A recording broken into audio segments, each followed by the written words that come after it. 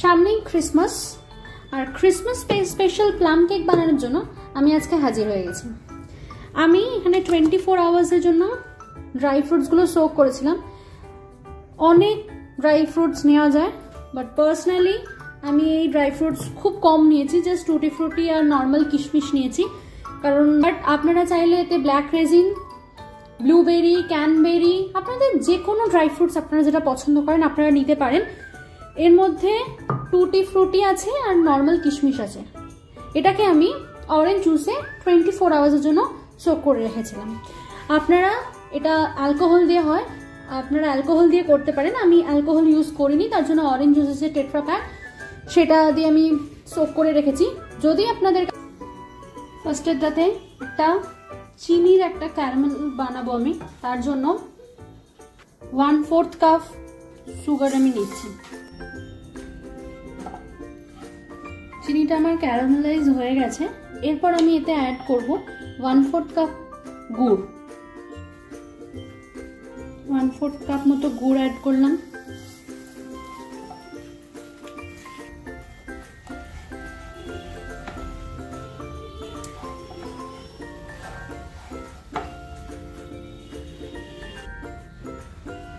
এটা এই কালারটা যে চেঞ্জ হয়ে গেছে, এবার এটাকে আমি একটু ফ্লেমটা বন্ধ করে রেখে দেব। এটা জল অ্যাড করবো এর মধ্যে, বাট এটা একটু ঠান্ডা হলে, না হলে কিন্তু কোনো রকম ভাবে ছিটে লাগতে পারে, তাই এটা ঠান্ডা হয়ে গেছে। এবার এর মধ্যে আমি জল অ্যাড করব।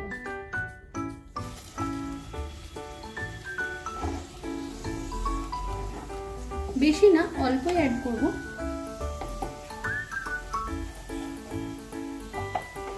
তারপর ফ্লেমটাকে অন করে এটাকে সুন্দর করে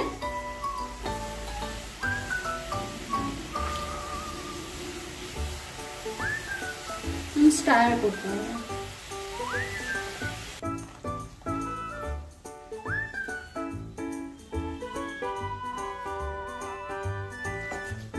ততক্ষণ করতে হবে যতক্ষণ না কালারটা একদম ডার্ক একটা কালার আসে।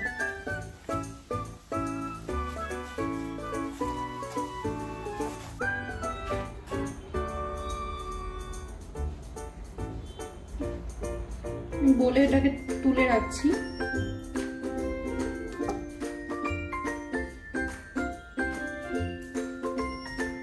এটা দু ধরনের মিক্সচার বানাবো, একটা ওয়েট ইনগ্রেডিয়েন্টস আর একটা হচ্ছে যেটা শুকনো হবে। আমি এখন এই শুকনো ইনগ্রেডিয়েন্টস এটা বানাচ্ছি। এটা হচ্ছে আমি নিচ্ছি 1 কাপ ময়দা, এবার দেবো 1/2 টিস্পুন মতন বেকিং পাউডার, 1/8 টিস্পুন মতন বেকিং সোডা। এবার এটা মিক্স করে খুব সুন্দরভাবে আমি এভাবে চেলে নেব। চাললে এটাই হয়, এর মধ্যে যে মিক্সচার, সেগুলো যদি কোনো শক্ত বড় দানা থেকে থাকে সেটা খুব সুন্দরভাবে মিহি হয়ে যায়।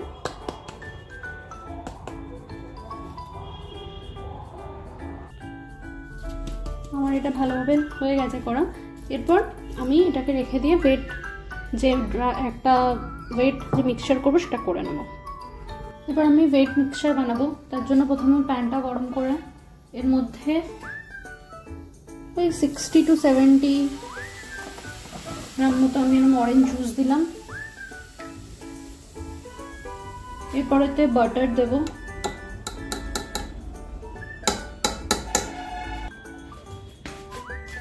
ওয়ান টেবিল স্পুন মতো পাউডার সুগার অ্যাড করলাম। এরপর যে ব্ল্যাক জ্যাকটা বানিয়েছিলাম সেটাই 2-3 চামচ মতো দেবো আমি, বেশি না, এটা বেশি হলে কিন্তু বিটার টেস্ট চলে আসবে।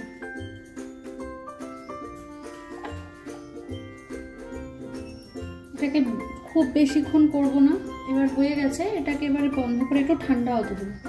ঠান্ডা হওয়ার পর এর মধ্যে যে ড্রাই ফ্রুটসগুলো সোক করে রেখেছি ওটা অ্যাড করবো।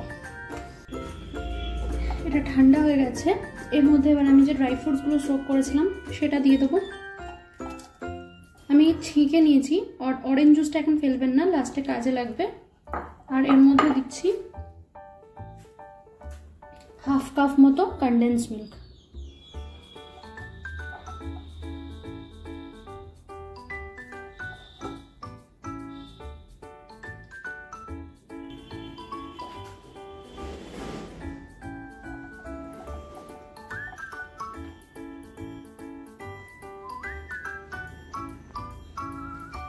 এরপর এর মধ্যে দিচ্ছি 1 টিস্পুন ভ্যানিলা এসেন্স। তারপর এটাকে খুব ভালোভাবে মিক্স করব, গ্যাসটা বন্ধ রেখে মিক্স করব।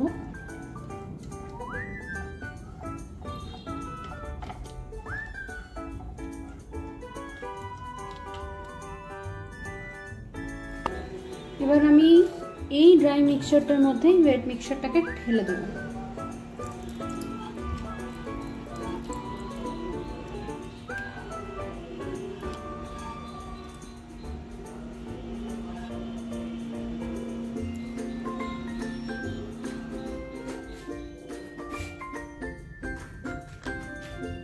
এবার এটাকে ভালো করে মিক্স করব।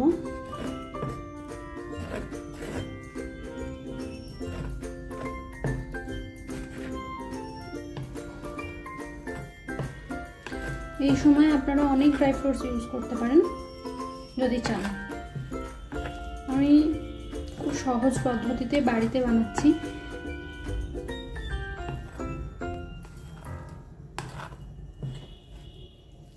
দেখুন আমার এটা কেমন টাইট হচ্ছে। এটাকে এই কনসিস্টেন্সিটাকে ঠিক করার জন্য যে অরেঞ্জ জুসটাতে আমি এটা ভিজিয়ে রেখেছিলাম ওটা অ্যাড করব। গ্র্যাজুয়ালি এটা অ্যাড করব।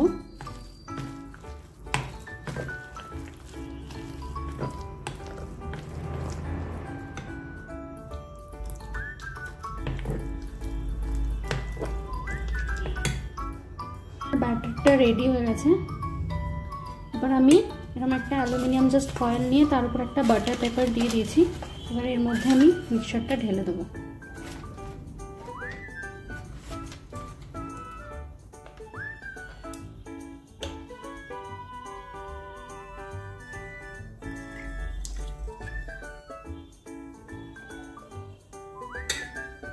হয়ে গেছে আমার মিক্সচারটা ঢালা। উপরের মধ্যে কিছু টুটি ফ্রুটি উপর দিন।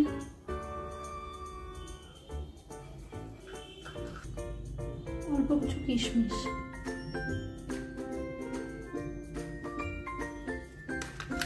রেডি। এবার এটাকে আমি ওভেনে করব না, আমি গ্যাসে করব। গ্যাসে প্রথমে প্রেসার কুকারে করছি। আমি প্রেসার কুকারটাকে আমি নিজের নুন দিয়ে প্রিহিট করে, যেটাকে বলে ওভেনে প্রিহিটিং করা, সেটাকে আমি ঢাকা দিয়ে আগে 10 মিনিটের মতন প্রিহিট করেছি।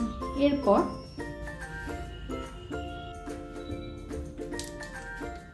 আমি খুব সাবধানে এটাকে বসিয়ে দিলাম।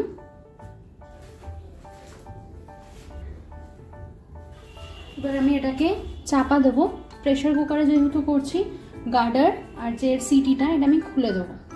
খুলে এটাকে আমি চাপা দেবো। প্রথম 15 মিনিট এটা মিডিয়াম ফ্লেমে থাকবে, তারপরে লো ফ্লেমে 50 to 55 মিনিটস মতো লাগবে। চলুন এরপর আবার আসছি কেক বেক হলে। যে আমাদের কেক একদম রেডি হয়ে গেছে। 55 মিনিটস মতো টাইম লেগেছে। 55 মিনিটস পর সুন্দর বেক হয়েছে। চলুন এবার একটু ঠান্ডাও করে নিয়েছি আমি। বেশ কিছুক্ষণ পর আমি এটাকে এবার মোল্ড থেকে আলাদা করছি।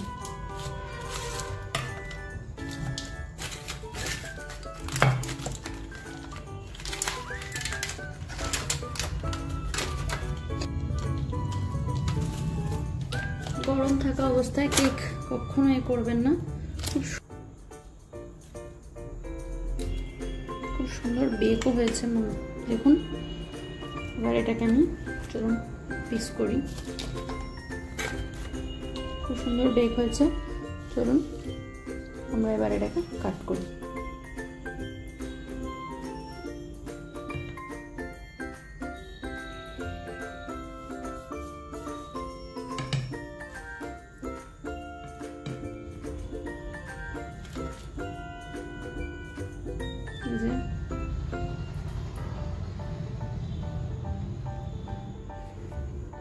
দেখুন কত সুন্দর, বেশ নরমও আছে, খুব ভালো হয়েছে। এবার চলুন টেস্ট করি, করে বলবো কেমন হয়েছে। তবে এই রেসিপিটা একবার ট্রাই করবেন। ক্রিসমাসে কেক যদি বাড়িতে বানানো যায় খুব ভালো হয়।